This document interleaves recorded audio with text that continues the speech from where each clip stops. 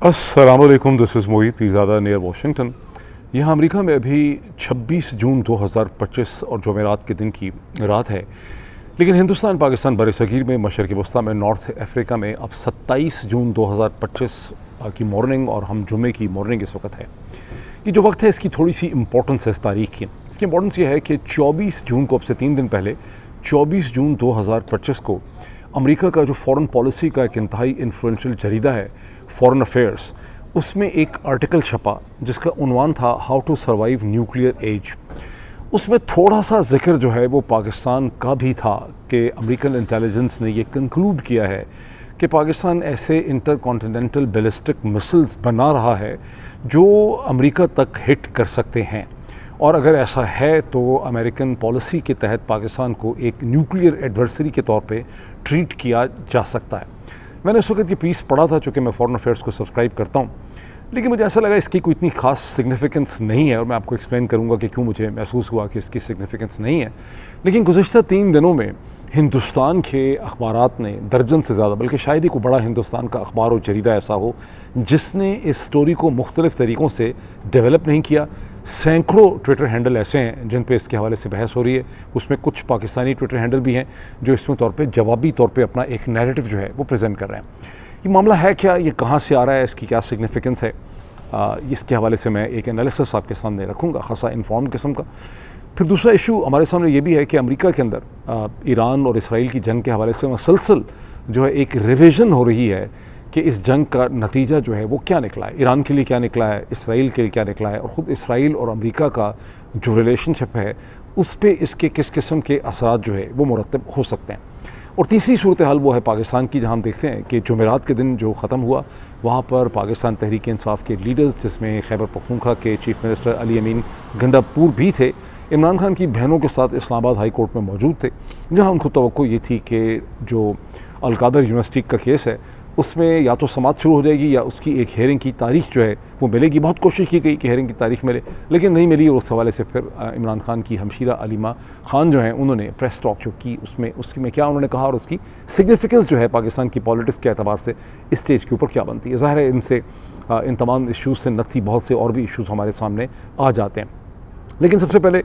इन तमाम चीज़ों की तरफ चलने से पहले मैं आपको रिमाइंड करवाऊंगा, अगर अभी तक आपने ये चैनल ज्वाइन नहीं किया, इसे सब्सक्राइब करें, इसका जो बेल आइकन है, इसके जो ऑल नोटिफिकेशंस और यूट्यूब हैं उन्हें आप खोलें, और उसके अलावा मैंने एक व्हाट्सएप चैनल जो कायम किया है आप लोगों से एक डायरेक्ट रब्ता रखने के लिए, उसको सब्सक्राइब करें। उसका लिंक मैं आपको पिन ट्वीट में भी देता हूँ, डिस्क्रिप्शन में भी देता हूँ, कभी कभी उसके मैं एंड नोट्स वगैरह के अंदर भी स्क्रीन्स में भी दे देता हूँ। लेकिन अब चलें सबसे पहले, it really helps in reaching out you.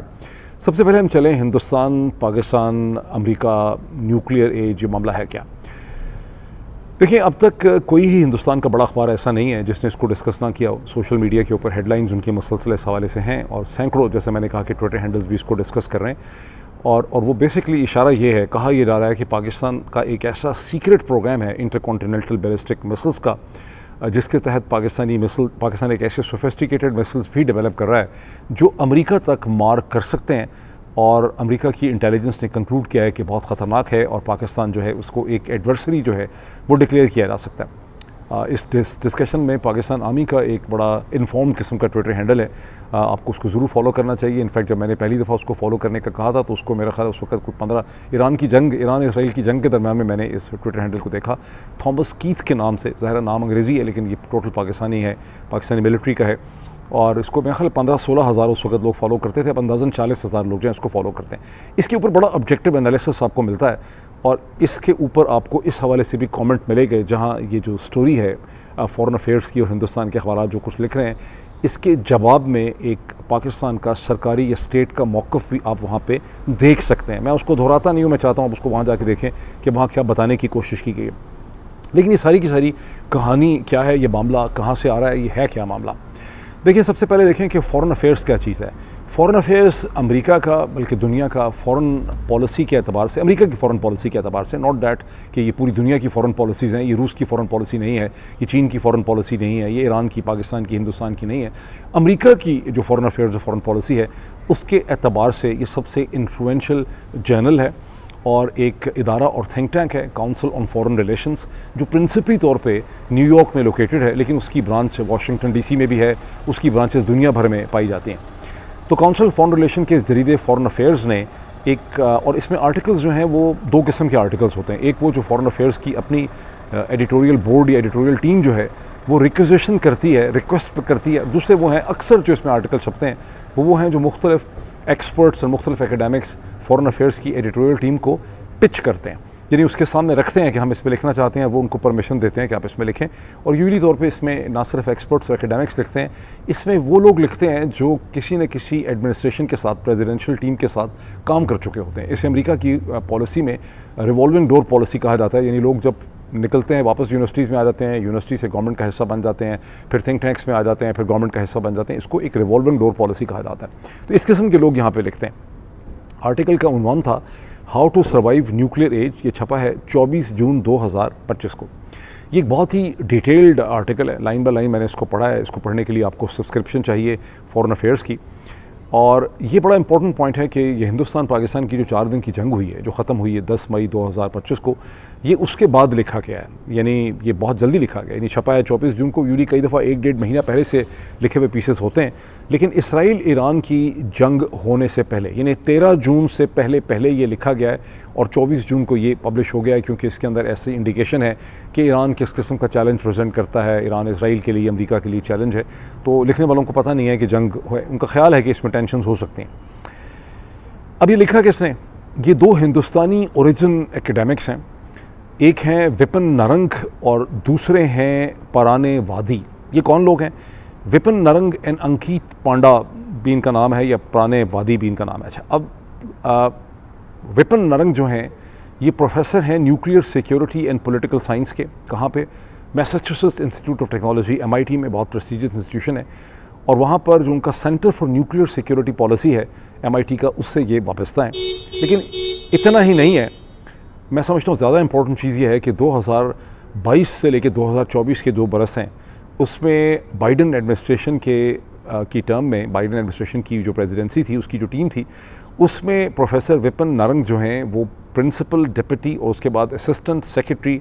Defence रहे हैं स्पेस पॉलिसी के, यानी अमेरिका के असिस्टेंट सेक्रेटरी डिफेंस रहे हैं स्पेस पॉलिसी के मैटर्स में। और पराने वादी जो हैं वो एक सीनियर न्यूक्लियर फेलो हैं जिन वाबस्ता हैं centre for nuclear security policy Massachusetts institute technology MIT में। और ये भी 2022 और 2024 के दरमियान में, जब बाइडन एडमिनिस्ट्रेशन आउटगोइंग थी, उसमें सीनियर डायरेक्टर रहे हैं arms control and non proliferation at the national security council में, यानी डिसआर्मामेंट, यानी arms control, डिसआर्मामेंट and non proliferation में कि ये रहे हैं senior director and national security council. यानी दोनों के बारे में आप ये कह सकते हैं कि सिर्फ एकेडमिक या एक्सपर्ट ये नहीं है, ये दोनों जो हैं ये गवर्नमेंट के इंसाइडर हैं। और हाल ही में 2 बरस इन्होंने बाइडन एडमिनिस्ट्रेशन के साथ इन्होंने अमेरिका की हुकूमत के अंदर इन्होंने काम किया, तो आप इनको इंसाइडर कह सकते हैं। ये जो आर्टिकल इनका है फॉरेन अफेयर्स का, how to survive the nuclear age, इसका प्रिंसिपल फोकस चीन, रूस और नॉर्थ कोरिया पे है। अगर इसको बिल्कुल ही प्रिंसिपल कर दें, चूँकि मैंने इसको लाइन बाय लाइन पढ़ा है, सेकंड टाइम मैंने इसको पढ़ा है अब ये वीलॉग करने से पहले, तो इसका मेन हदफ जो है वो चीन की न्यूक्लियर पॉलिसी है। और ये आर्टिकल हमें ये बताता है कि किस तरह से चीन का जो नया न्यूक्लियर पैराडाइम है, जो प्रेसिडेंट शी जिनपिंग के आने के बाद बना है, वो अमेरिका के लिए चीन का ये पॉस्चर जो है वो ख़तरनाक है। इसमें जितनी इन्फॉर्मेशन है चीन के हवाले से, रूस के हवाले से, नॉर्थ कोरिया के हवाले से, ये सारी की सारी, अगर 100% नहीं तो मैं समझता हूँ 95%, 96 या 99% जो है वो ओपन सोर्स इन्फॉर्मेशन है, जिसको अगर आप गूगल के ऊपर जाएंगे या डिफरेंट पॉलिसी, तो आपको बड़ी आसानी से सारी इन्फॉर्मेशन मिल जाएगी। फॉर इंस्टेंस ये है कि चीन के 2019 में चीन का न्यूक्लियर पॉस्चर इतना एग्रेसिव नहीं था। चीन के पास 300 के करीब न्यूक्लियर डिवाइसेस थी। चीन को बहुत बड़ा थ्रेट कंसीव नहीं करता था, लेकिन प्रेसिडेंट शी जिनपिंग की पॉलिसी के तहत चीन ने अपनी न्यूक्लियर डिवाइसेस एसेट्स में और स्टॉक पाइल में बहुत तेज़ी से इजाफा किया। इस वक्त 2025 में चीन के पास अंदाज़न 600 से ज़्यादा न्यूक्लियर डिवाइसेस हैं, ये डबल हो चुकी हैं। और जिस स्पीड पे ये जा रहे हैं, 2030 तक उनके पास 1000 से ज़्यादा न्यूक्लियर डिवाइसेस होंगी। 2035 तक उनके पास 1500 न्यूक्लियर डिवाइसेस या न्यूक्लियर वेपन सिस्टम उनके पास एग्जिस्ट करते होंगे। वो ये मज़ीद कहते हैं, और ये सब चीज़ें आपको गूगल से मिल जाएंगी कि छप रहा है अमेरिका के अखबारों में, आपको मुख्तलिफ जगहों पे मिल जाएगा आपको, कि प्रेसिडेंट शी जिनपिंग जो हैं उनका पोस्चर इतना एग्रेसिव है कि ना सिर्फ चाइनीज़ अपनी न्यूक्लियर सबमरीन के अंदर के ऊपर इंटरकॉन्टिनेंटल बैलिस्टिक मिसाइल्स प्लेस कर रहे हैं, कैपेसिटी रख रहे हैं, और बल्कि ये है कि वो बेतहाशा चीन के अंदर, चीन का बहुत बड़ा लैंड मास है और वहाँ पर सैकड़ों साइलोज़ के अंदर छुपाए गए हैं न्यूक्लियर बैलिस्टिक मिसाइल्स, और अमेरिका को ठीक तरह से पता नहीं है कि कहाँ कहाँ चीन के ये मिसाइल्स जो एग्जिस्ट करते हैं, यानी उनको टारगेट करना भी आसान नहीं है। फिर वो साथ ही ये कहते हैं कि अमेरिका के लिए जो रिस्क हैं वो बहुत बढ़ गए हैं, बिकॉज रशिया ने भी 2022 में जब यूक्रेन के साथ उसकी जंग कोई माना खेज डायरेक्शन में नहीं थी, रशियंस को लग रहा था कि वो एक मुश्किल में हैं, तो उस वक्त उन्होंने रिपीटेडली एक से ज़्यादा दफ़ा न्यूक्लियर थ्रेट का उन्होंने इजहार किया या थ्रेटन किया उन्होंने यूक्रेन में कि हम लो यील्ड जो न्यूक्लियर डिवाइसेस हैं, जिसको टैक्टिकल डिवाइसेस कहते हैं, वो हम यूक्रेन के ख़िलाफ़ इस्तेमाल कर सकते हैं। और इसके नतीजे में वैसे तो वेस्ट ब्रोबीट नहीं हुआ, लेकिन रशिया के इस न्यूक्लियर पोस्चर के नतीजे में अमेरिका और वेस्ट और यूरोप जो है वो ब्लैकमेल हुए, और उन्होंने उस तरह से यूक्रेन की मदद नहीं की। वैसे ये पता नहीं कैसे कहते हैं, बिकॉज मेरा ख्याल है हर तरह से की मदद नहीं की जिस तरह से उनको अदरवाइज़ करनी चाहिए थी, बिकॉज वो रशिया के हाथ में ब्लैकमेल हो गए। और अब ख़तरा ये है कि एक ट्राइएड डेवलप कर रहा है रूस के दरमियान, चीन के दरमियान, नॉर्थ कोरिया के दरमियान, और ये जो ट्रायंगुलर रिलेशनशिप है इन तीनों के दरमियान, टेक्नोलॉजी कोऑपरेशन का, डिफेंस कोऑपरेशन का, इसमें अमेरिका ब्लैकमेल हो सकता है। आर्टिकल बुनियादी तौर पे कहता है कि अमेरिका को अपनी न्यूक्लियर जो कैपेबिलिटीज़ हैं उनको रिन्यू करने की ज़रूरत है, और अमेरिका 2008, 9, 10 तक अमेरिका और रूस के दरमियान ऐसा रिलेशनशिप डेवलप कर चुका था न्यूक्लियर पोस्चर के हवाले से कि इसकी अहमियत बड़ी कम हो चुकी भी थी। उसमें वो एग्जांपल ये भी देते हैं कि ओबामा की जब प्रेसिडेंट बने 2009 में, तो उस वक्त तक जो बड़े हॉक थे, जैसे हेनरी किसिंजर जिनकी डेथ हो चुकी है, जॉर्ज शुल्ट्ज़, और भी बहुत से जो फॉर्मर नेशनल सिक्योरिटी एडवाइज़र रहे हैं या सेक्रेटरी स्टेट रहे हैं जो हॉकिश थे, वो भी कहते थे कि हमें न्यूक्लियर वेपन्स में कमी कर देनी चाहिए, अब हम इस एज से आगे आ चुके हैं और बहुत सी डिवाइसेस आ चुकी हैं, ताल्लुकात इस किस्म के हैं कि इसका ख़तरा नहीं। लेकिन अब वो एज ख़त्म हो गई है, और एक बार फिर अमेरिका के लिए जो न्यूक्लियर थ्रेट्स हैं, अमेरिका के लिए, वेस्ट के लिए ख़ास करके, उनका कहना ये है कि तकरीबन 34 ममालिक ऐसे हैं अमेरिका के एलाइज़, यूरोप के और वेस्टर्न वर्ल्ड के, जिन सब की प्रोटेक्शन जो है वो अमेरिका की ज़िम्मेदारी है। इसलिए अमेरिका को अपने न्यूक्लियर डॉक्ट्राइन को रिन्यू करने की ज़रूरत है। अभी मैं चंद और कमेंट्स भी न्यूक्लियर डॉक्ट्राइन के करता हूँ। इस सारी डिस्कशन के अंदर पाकिस्तान कहीं फिट नहीं होता। ये पूरी डिस्कशन जो है वो चीन के, रूस के, नॉर्थ कोरिया के कॉन्टेक्स्ट में है, अमेरिका और उनके कॉन्टेक्स्ट में। ऑल ऑफ सडनली एक सिंगल पैराग्राफ 6-7 लाइनों का, जिसको आप आउट ऑफ कॉन्टेक्स्ट कह सकते हैं, उसमें पाकिस्तान का जिक्र हो जाता है। सिर्फ एक पैराग्राफ, ये पैराग्राफ शुरू इस तरह से होता है अचानक। ये पैराग्राफ कहता है कि yet another threat comes from Pakistan, yet another threat comes from Pakistan, यानी बाकी सारी थ्रेट्स तो हैं ही हैं, रूस से है, चीन से है, नॉर्थ कोरिया से, लेकिन एक एडिशनल थ्रेट जो है वो पाकिस्तान से भी आ रही है। और उसकी दूसरी लाइन ये कहती है कि यूनाइटेड स्टेट्स इंटेलिजेंस ने कंक्लूड किया है, US intelligence has concluded that Pakistan is developing intercontinental ballistic missiles जो साउथ एशिया से बाहर निकल के अमेरिका तक मार कर सकते हैं।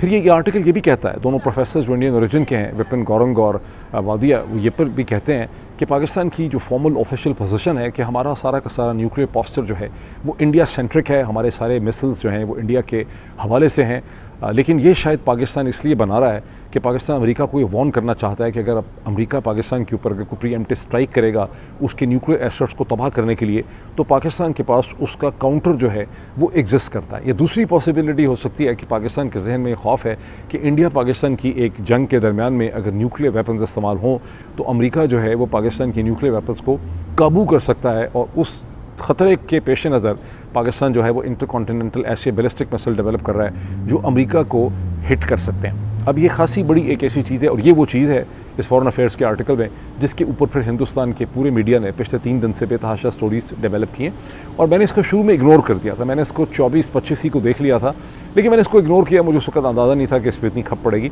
लेकिन अभी बहुत से लोग व्हाट्सएप के ऊपर, बहुत से पाकिस्तानी अमेरिकन, बहुत से और लोग मुझे जो है मसलसल भेज रहे हैं कि भाई आपको पता है कि इस तरह की चीज़ हो गई है, इसके ऊपर कमेंट कर रहे हैं। मैंने बहुत से लोगों से बल्कि प्रॉमिस भी किया, अभी एक डॉक्टर साहब से मैंने कहा मैं इसके ऊपर एक डिटेल जो है वो कमेंट करूँगा।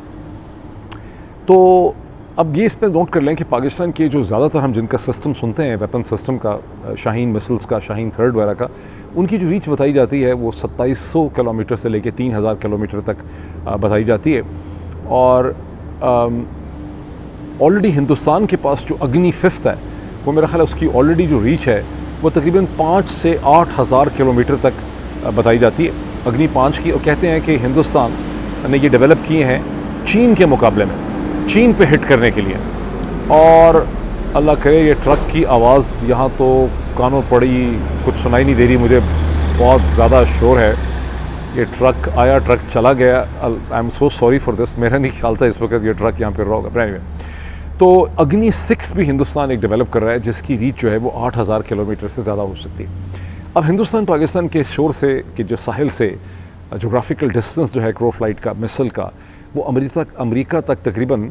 12,000 से 14,000 किलोमीटर बनता है। और पाकिस्तान अपेरेंटली जो फॉर्मली स्पीकिंग हिंदुस्तान के पास ऑलरेडी ज़्यादा लंबी रेंज के मिसल सिस्टम एग्जिस्ट करते हैं। लेकिन ये पूरा आर्टिकल जो है इसकी असम्पशन ये है कि हिंदुस्तान अमेरिका का दोस्त है और अमेरिका को हिंदुस्तान के मिसल से परेशान होने की किसी किस्म की कोई ज़रूरत नहीं है, बिकॉज हिंदुस्तान का पोस्चर जो है वो अमेरिका की तरफ एग्रेसिव नहीं। तो पाकिस्तान का पोस्चर कब अमेरिका की तरफ एग्रेसिव है, इस आर्टिकल को पढ़ते हुए आपके जहन में सवाल तो खड़ा होता है, घंटी तो बजती है कि भाई पाकिस्तान बेचारे पे तो ये इल्ज़ाम है कि पाकिस्तान तो एक लकी स्टेट है। और आप सिर्फ हिंदुस्तान ही का बेतहाशा जो पॉलिटिकल साइंस का लिटरेचर है, ये फॉरेन अफेयर्स का लिटरेचर है पाकिस्तान के हवाले से, जो सीरियस लिटरेचर है, उसमें हमेशा ये इल्ज़ाम है कि Pakistani military, Pakistani establishment, Pakistani state जो है वो अमेरिका का एक टूल है, अमेरिका के हाथ में एक खिलौना है। लेकिन अब यहाँ पर आपको ये बताया जा रहा है कि पाकिस्तान से अमेरिका को ख़तरा हो सकता है, कि हिंदुस्तान से नहीं हो सकता, जिसके पास ज़्यादा रेंज के मिसाइल्स जो हैं वो पहले से एग्जिस्ट करते हैं।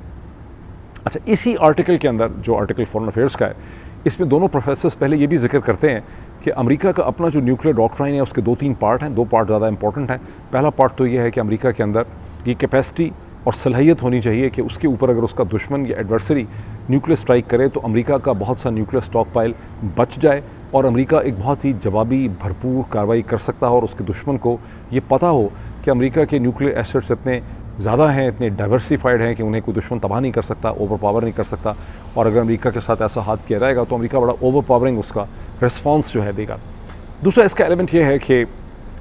जिसको काउंटर फोर्स टारगेटिंग कहा जाता है, कि अमेरिका में ऐसी कैपेबिलिटी होनी चाहिए, कैपेसिटी होनी चाहिए कि अगर दुश्मन उसके ऊपर मिसाइल्स टारगेट करे तो वो इससे पहले कि वो लॉन्च हों, उनको लॉन्च होने से पहले अमेरिका डिस्ट्रॉय कर सकता हो, या लॉन्च होने के फ़ौरन बाद उनको अमेरिका जो है वो डिस्ट्रॉय कर सकता हो। इसी आर्टिकल में अब फिर आप ये सोचते हैं सारा कुछ देखने के बाद कि भाई ये सारी की सारी कहानी जो उन्होंने कह दी है कि अमेरिकन इंटेलिजेंस ने ये कंक्लूड किया, ये आखिर कहाँ से आ रही है। बिकॉज आप खुद अगर रिसर्च करें गूगल के ऊपर और जाएँ डिफरेंट जगहों पे देखें अमेरिकन पब्लिकेशंस में, तो कहीं भी किसी भी स्टेज पे अमेरिकन इंटेलिजेंस ने, अमेरिकन गवर्नमेंट ने, अमेरिकन मिलिट्री ने, अमेरिकन किसी थिंक टैंक ने ख़ुद से इस किस्म का, और बेतहाशा यहाँ पर आपको पता है अमेरिका में कई दर्जन जो हैं वो न्यूक्लियर रिलेटेड हैं, स्टिम्सन है, फॉरेन पॉलिसी रिलेटेड हैं, वेपन रिलेटेड ऐसी बहुत सी पब्लिकेशंस हैं, थिंक टैंक्स हैं, बहुत सी बॉडीज़ एग्जिस्ट करती हैं। किसी ने अभी तक ऐसा कोई क्लेम जो है वो नहीं किया। तो फिर ये चीज़ कहाँ से आ रही है, जिसको मेंशन किया गया है how to survive in nuclear age. और ज़हन में रखें कि ये 4 दिन की हिंदुस्तान पाकिस्तान की जंग हुई है, जिसके बाद से मुझे मसलसल ये लगता है कि हिंदुस्तान की जो डिफेंस इस्टेब्लिशमेंट है वो खासी नाखुश नज़र आती है। क्योंकि अगर आप पिछले 6 हफ्तों में बेतहाशा पब्लिकेशन छप रही हैं हिंदुस्तान के डिफेंस पोस्चर के हवाले से, मिसाइल सिस्टम के हवाले से, नए सिस्टम्स जो एक्वायर किए जा रहे हैं उसके हवाले से, तो परेशानी जो है खासी पाई जाती है। अब दिसंबर 2024 में आपको एक एविडेंस मिलती है। 19 दिसंबर 2024 में जॉन फाइनर जो US उस वक्त डेप्यूटी सेक्रेटरी थे national security, deputy national security adviser, deputy NSA थे बाइडन एडमिनिस्ट्रेशन के आउटगोइंग। इलेक्शन हो चुके हुए थे, आपको पता है 6-7-5 दिसंबर को इलेक्शन हो चुके हुए थे और बाइडन एडमिनिस्ट्रेशन जा रही थी। तो 19 दिसंबर को ये जो outgoing deputy national security adviser हैं, ये कार्नेगी एंडाउमेंट में एक सेमिनार में आते हैं, Carnegie endowment for international peace में, और वहाँ ये बोलते हुए कहते हैं कि पाकिस्तान जो है वो ऐसे सोफिस्टिकेटेड रॉकेट सिस्टम डेवलप कर रहा है जो साउथ एशिया से बाहर जो है वो मार कर सकते हैं। ये उसी 24 घंटे में पाकिस्तान की कुछ 4 एंटिटीज़ भी हैं मिसाइल बनाने वाली, जिन पे आउटगोइंग बाइडन एडमिनिस्ट्रेशन सैंक्शंस लगाती है, उनको ब्लैकलिस्ट करती है। तो और वो कहते हैं कि ये एक कंसर्न है, लेकिन वो ये नहीं बताते कि किस किस्म के इंटरकॉन्टिनेंटल बैलिस्टिक हैं, कोई प्रोग्राम। कहते हैं कि ऐसे सोफिस्टिकेटेड रॉकेट जो है वो पाकिस्तान जो है डेवलप कर रहा है। और अच्छा, ये एक बड़ा इंटरेस्टिंग बात है कि जो 4 दिन की जंग हुई है हिंदुस्तान पाकिस्तान की, इसके बारे में खुद अमेरिकन सोर्सेज का और हिंदुस्तानी सोर्सेज का क्लेम ये है कि पाकिस्तान ने मिसाइल मारे तो बहुत हिंदुस्तान में मुख्तलिफ एयरपोर्ट्स पे, बेसिस पे, टारगेट्स पे, लेकिन वो इतने क्रूड थे और उनके वो अहदाफ ही ठीक नहीं उनके लगे, वो लगे ही नहीं है। लेकिन यहाँ पर अब ये क्लेम किया है,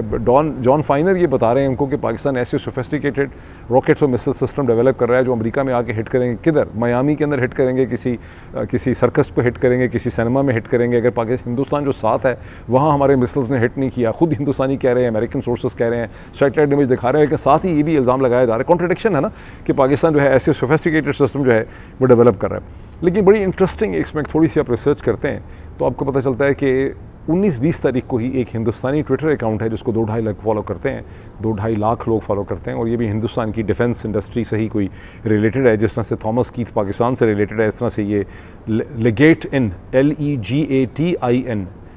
@legatein पे आप जाएंगे तो ये कहता है कि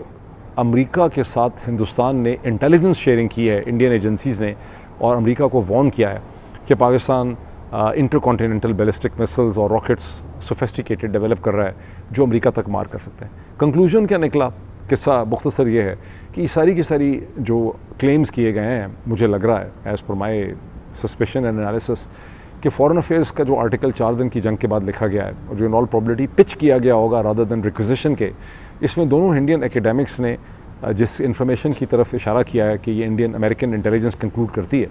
अगर ये अमेरिकन इंटेलिजेंस का भी कंक्लूजन है तो ये भी इंडियन सोर्सेज के ऊपर ही डिपेंड करता है, वरना यकीन माने खप पड़ गई होती है। अगर ये इंडिपेंडेंट इंडियन अमेरिकन इंटेलिजेंस की अपनी असेसमेंट होती तो खप पड़ गई होती, इसके असरात आपको नज़र आए होते, ये इंडियन एकेडमिक्स ही के लिखने से आपको ना पता चलता और हिंदुस्तानी अखबारों से आपको ना पता चलता। तो ये मुझे लगता ये है कि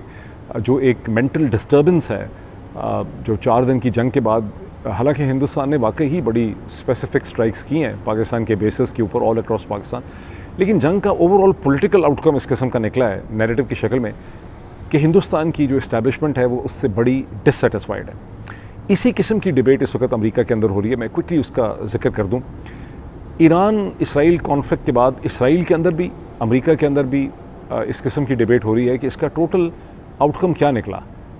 और ट्रंप एडमिनिस्ट्रेशन वसलसल ये दावा कर रही है, क्लेम कर रही है कि हमने, ट्रंप तो कहते हैं, उनके ज़ाहिर उनके पीछे पीछे उनके वाइस प्रेसिडेंट भी कहते हैं कि हमने तो ऑब्लिटरेट कर दिया ईरान के पूरे प्रोग्राम को, हमने सत्यानाश कर दिया, तबाह कर दिया। लेकिन जो इंडिपेंडेंट इंटेलिजेंस असेसमेंट है IA अमेरिका की, जो लीक हो गई है अमरीकी अखबारों में, वो यही है कि ईरान को ज़्यादा से ज़्यादा चंद महीने का सेटबैक हुआ है, और इसराइलीज़ का भी जो अपना असेसमेंट छप रही है उनके अखबारों में, वो भी है कि ईरान को चंद माह ही का नुकसान हुआ है, उसको बहुत ज़्यादा नुकसान जो है वो नहीं पहुंचा है। तो ये असेसमेंट मसलसल हो रही है कि हमने इसमें से गेन क्या किया।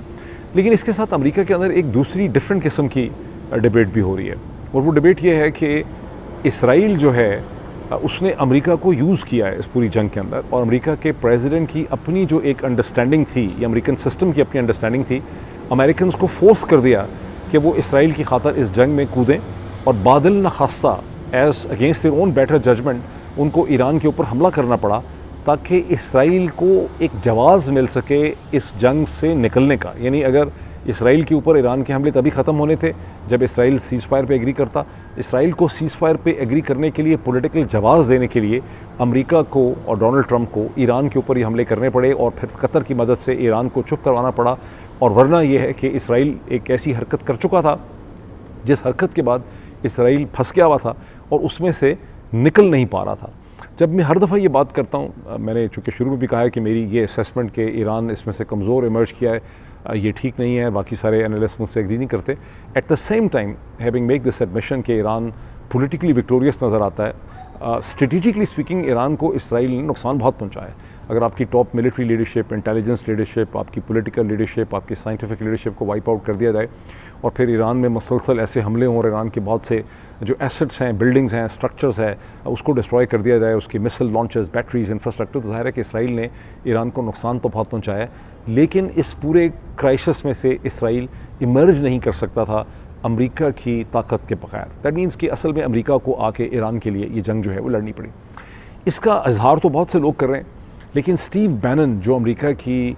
जो right of the centre politics है मैगा की, उसके बहुत ही इन्फ्लुएंशियल एडवोकेट हैं, बहुत स्ट्रॉन्ग उसके प्रोपोनेंट हैं, उनको लाखों लोग सुनते हैं, मिलियंस ऑफ लोग जो हैं स्टीव बैनन को सुनते हैं। स्टीव बैनन ने अभी ये क्लेम किया है कि इस पूरी चीज़ के बाद अमेरिका और इसराइल के जो रिलेशनशिप हैं इनका रीसेट, एंड ही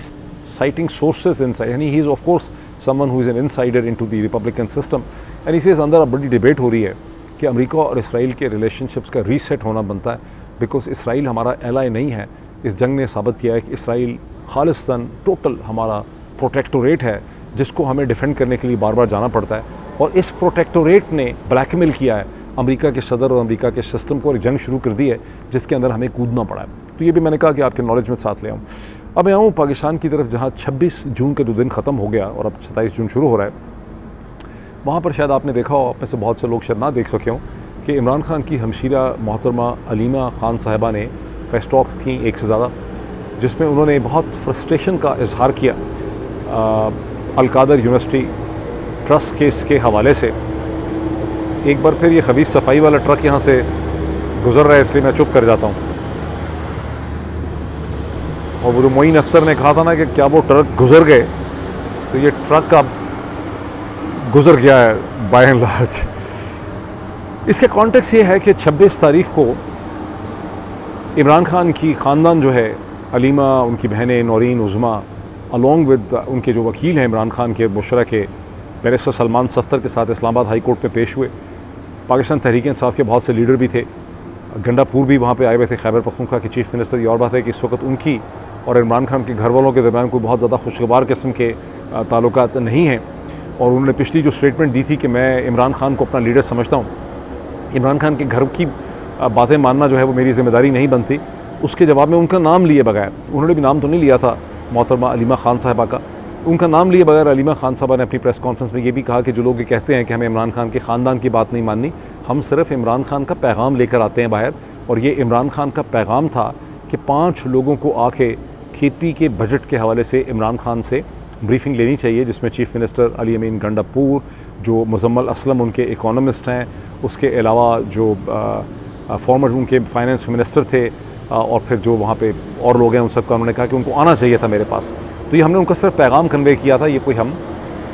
ख़ानदान की डिक्टेशन नहीं कर रहे अली अमीन गंडापुर के ऊपर, ये उनका कहना था। बहरहाल अली अमीन गंडापुर मौजूद थे इस्लामाबाद हाई कोर्ट में, जहाँ पर बहुत कोशिश की गई कि समाअत हो सके अल-कादर यूनिवर्सिटी केस की, लेकिन वो समाअत नहीं हुई। और जो प्रोसिक्यूटर की तरफ से वकील आया, उसने एक बार फिर ये कहा कि जनाब मुझे तो ये केस अभी मिला है, मैं इसके लिए बिल्कुल प्रिपेयर नहीं हूँ, मुझे वक्त दे दिया जाए। अच्छा, लेकिन जो ज़्यादा इंटरेस्टिंग चीज़ हुई, जिसको अलीमा खान ने बहुत ज़्यादा प्रोटेस्ट किया, वो ये है कि जज साहब ने अगली को तारीख देने से इनकार कर दिया। उन्होंने कहा कोई जज मिल नहीं रहा, देख नहीं रहे कौन सा जज अवेलेबल है, और उस पर फिर मोहतरमा अलीमा खान साहबा का कहना था कि ये इमरान खान को किसी भी सूरत में उसकी रिहाई के रास्ते में रुकावटें डाल रहे हैं। इसमें एनालिसिस क्या है मेरा? बैरिस्टर सलमान सफ्तर ने भी बड़ी फ्रस्ट्रेशन का इजहार किया, और आपको पता है वो कहते हैं कि ये 4-5 मिनट का केस है, और हकीकत भी यही है कि एक ऐसा केस है जिसमें ये इल्ज़ाम ये है कि सरकार का और वफाक का या फेडरेशन का या फेडरल गवर्नमेंट का पाकिस्तान का नुकसान हो गया, स्टेट का, सारे पैसे पाकिस्तान की स्टेट के पास हैं। इतना ज़्यादा बोगस किस्म का केस दुनिया में किसी घटिया से घटिया अफ्रीका के मुल्क में या किसी ट्राइब में भी नहीं बनाया गया होगा। पैसे हुकूमत के पास हैं, उसके ऊपर इंटरेस्ट भी ले चुके हैं, लेकिन कह रहे हैं कि नुकसान हो गया। तो barrister Salman Safdar was very frustrated कि इसकी कोई हेयरिंग नहीं हो सके। इस पर 2 वर्ड्स क्विक एनालिसिस मेरा क्या है, यहाँ से सिस्टम जो है, जनरल आसिम मुनीर साहब की टीम मैसेज क्या दे रही है। एक तो इससे ये पता चलता है कि वो खुद भी ये समझते हैं कि ये केस बड़ा वीक है, और अगर ये इस्लामाबाद हाई कोर्ट के लेवल पे लगेगा, बिकॉज हाई कोर्ट के लेवल में जो डिस्कशन होती है उसमें एक लेवल है स्क्रूटनी का, तो ये केस उस स्क्रूटनी के लेवल पे स्टैंड नहीं कर सकता। दूसरी इसमें चीज़ है कि वो इमरान खान को ये मैसेज दे रहे हैं, जनरल आसिम मुनीर की टीम, कि आपको रिलीफ किसी हाई कोर्ट से, अदालत से, जज से, सुप्रीम कोर्ट से नहीं मिल सकती। आपको रिलीफ सिर्फ़ और सिर्फ अगर मिलेगी तो हमारे से मिलेगी, और हमारे से रिलीफ का मतलब है कि आपको हमारी टर्म्स एंड कंडीशन माननी पड़ेंगी। हमसे डायरेक्टली बात करें, वैसी और बात है को डिनाई कर देते हैं, हमसे बात करें, हमारी रिक्वायरमेंट्स को एक्सेप्ट करें, फिर ही आपको रिलीफ मिल सकती है। आपको रिलीफ किसी अदालत से नहीं मिल सकती। दूसरी तरफ इमरान खान का भी मौक़िफ़ है कि मैंने असूल के ऊपर मैं खड़ा हूँ, मैं असूल पे ही खड़ा रहूँगा। तो बात यहाँ पे ख़त्म होती, फिर आपसे मुलाकात होगी। Thank you.